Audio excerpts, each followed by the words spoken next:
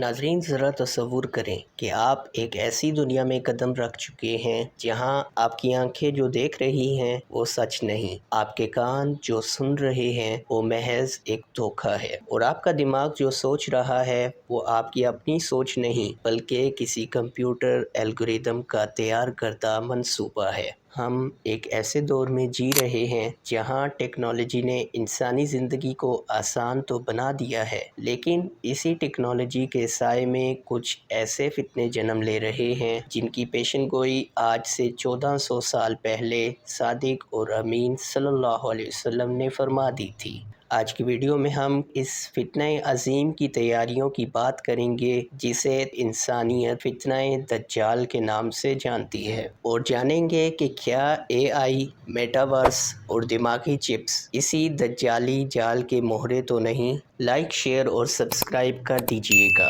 ناظرین، انسانی تاریخ میں ہمیشہ سے سچ اور جھوٹ کے درمیان ایک واضح لکیر موجود رہی ہے، لیکن آج مصنوعی ذہانت یعنی آرٹیفیشل انٹیلیجنس نے اس لکیر کو مٹا کر رکھ دیا ہے۔ ڈی فیک ٹیکنالوجی کے ذریعے آج کسی بھی زندہ یا مردہ انسان کو دوبارہ اسکرین پر زندہ کر کے اس سے اپنی مرضی کی بات کہلوائی جا سکتی ہے۔ احادیث مبارکہ میں ذکر آتا ہے کہ دجال کے فتنوں میں سے ایک یہ ہوگا کہ وہ لوگوں کے مردہ آباء و اجداد کی شکل میں شیاطین کو کھڑا کر دے گا، جو گواہی دیں گے کہ یہ دجال ہی ان کا رب ہے۔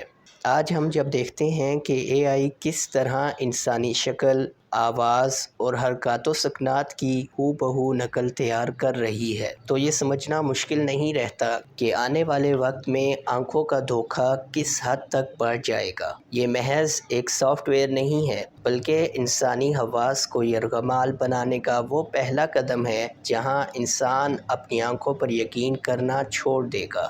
اس فتنے کا دوسرا بڑا پہلو وسائل اور ڈیٹا پر مکمل کنٹرول ہے۔ ہم ایک ایسے دور میں داخل ہو چکے ہیں جہاں ڈیٹا کو زمین کے نیچے موجود سونے اور تیل سے زیادہ قیمتی قرار دیا جا رہا ہے۔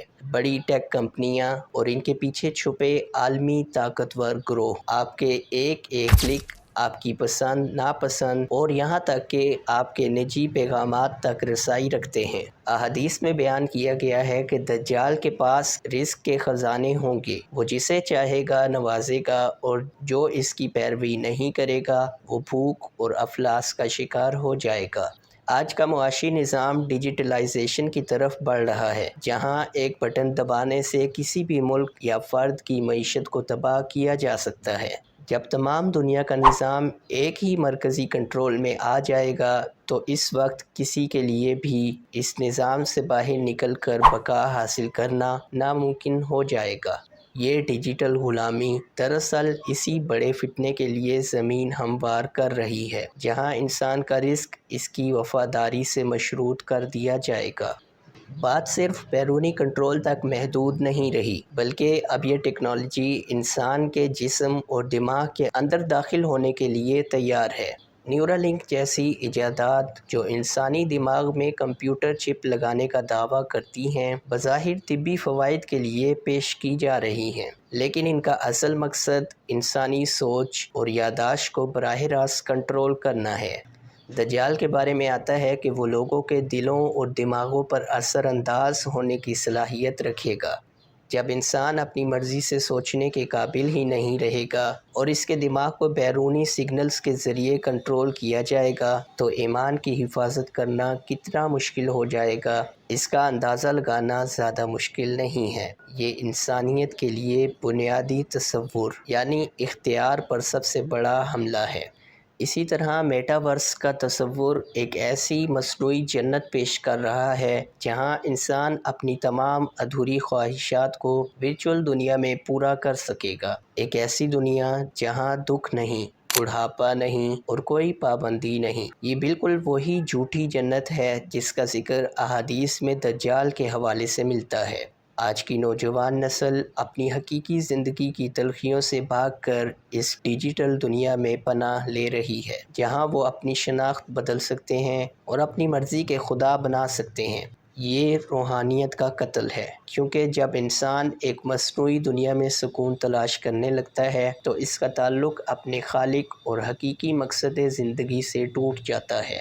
اسلامی تعلیمات میں دجال کو کانا یعنی ایک آنکھ والا کہا گیا ہے۔ علماء کرام اس کی تشریح میں فرماتے ہیں کہ اس سے مراد ایک ایسی نظر ہے جو صرف دنیا کے مادی فائدے کو دیکھتی ہے اور روحانیت و آخرت کے معاملے میں اندھی ہے۔ آج کی جدید سائنس اور مادہ پرستی اسی یک طرفہ سوچ کی عکاسی کرتی ہے۔ یہ ون آئی پرسپیکٹیو انسان کو یہ یقین دلاتا ہے کہ جو کچھ سامنے نظر آ رہا ہے بس وہی سچ ہے، جبکہ حقیقت اس کے برعکس ہے۔ جدید ٹیکنالوجی ہمیں صرف مادی ترقی کے خواب دکھاتی ہے اور ہمیں اس بات سے غافل کر دیتی ہے کہ اس کائنات کا ایک خالق بھی ہے جس کے سامنے ہمیں جواب دہ ہونا ہے۔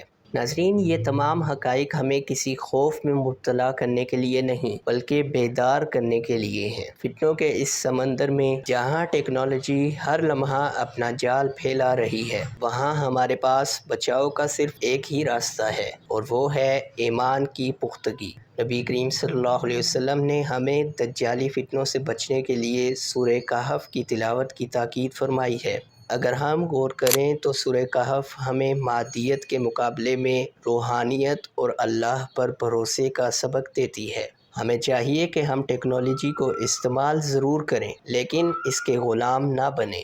یاد رکھیں، فتنہ جتنا بھی بڑا ہو، اللہ کا نور اس سے کہیں زیادہ طاقتور ہے، بشرطے کہ ہم اپنی بصیرت کو مادہ پرستی کے پردوں سے بچا کر رکھیں۔ آج کی ویڈیو کا مقصد آپ کو ان پوشیدہ خطرات سے آگاہ کرنا تھا جو ترقی کے نام پر ہمارے دروازوں تک پہنچ چکے ہیں۔ اپنے ایمان کی حفاظت کیجیے اور آنے والے وقت کے لیے خود کو ذہنی اور روحانی طور پر تیار رکھیے۔ میں ملتا ہوں آپ سے نیکسٹ ویڈیو میں، تب تک کے لیے اللہ حافظ۔